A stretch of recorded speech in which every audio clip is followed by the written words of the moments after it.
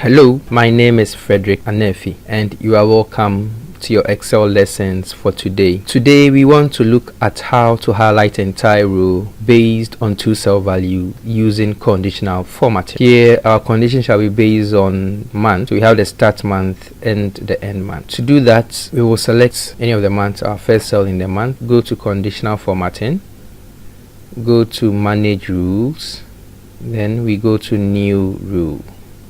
In the new rule, we go to use formula to determine this, and here the function we will use here will be the end function because we want the two conditions to be satisfied. So we use the end function, so we introduce our equal sign and so we are saying that and so we want to find a situation where the month, so we are interested in a situation where the month is greater than February or equal to February, and also less than or equal to, so our month selected, which is less than or equal to our end month 6. But you should know that we need to introduce our relative reference in here, which I explained in an earlier video. So when you go to where we have our I5, we need to make it relative. So we'll fix the column and release the row. So we'll take the dollar in front of the 5 so that the row will be relative. Here to the same so that the row will be relative. Then we go to format. How do we want it to be shaded? We want it to be shaded with a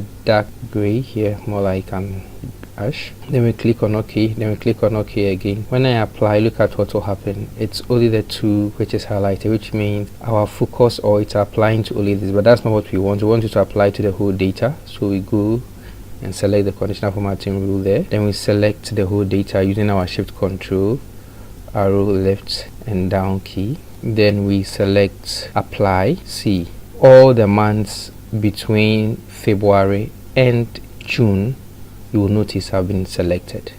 Let me click on OK so I can analyze it very well. So this means that it's looking at the months between February and March, assuming that we are now maybe just interested in sales between April and June. See what happens. It selects only for the month, so you see that for those particular rows are highlighted. Assuming we are just interested in May, June, I select May, June and see only for the months of May, June are highlighted. Assuming we are interested from May to, let's say, November, see, these are highlighted. Assuming you want to change our start month to September, you have only 3 items selected. This is how smart you can really use conditional formatting to select an entire row based on two cell values or based on a condition where we have a start month and an end month. Thank you very much and continue to follow us on ET Consult Diaries. Have a